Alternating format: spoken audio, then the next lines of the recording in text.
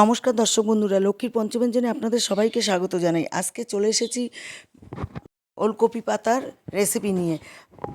এখানে আমি তেল দিয়ে দিলাম, সর্ষের তেল।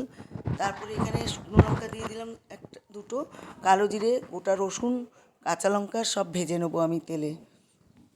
একটু লাল লাল হয়ে আসবে, এবার আমি ওই ওলকপির পাতাগুলো কেটে তেলের মধ্যে দিয়ে দিয়েছি।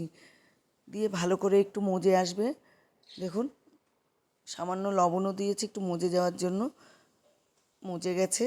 এবার আমি নামিয়ে শিলপাটায় আমি বেটে নিলাম, হাতে বেটে নিয়ে আবার তেল দিলাম, দিয়ে এখানে শুকনো লঙ্কা কেটে সম্বাদ দিলাম, কালো জিরে দিলাম, দিয়ে ভালো করে নাড়াচাড়া করে আবার আমি ওইটা দিয়ে দিলাম, স্বাদ অনুযায়ী লবণ দিয়ে দিলাম, দিয়ে খুব ভালো করে শুকিয়ে নিলাম জলটা।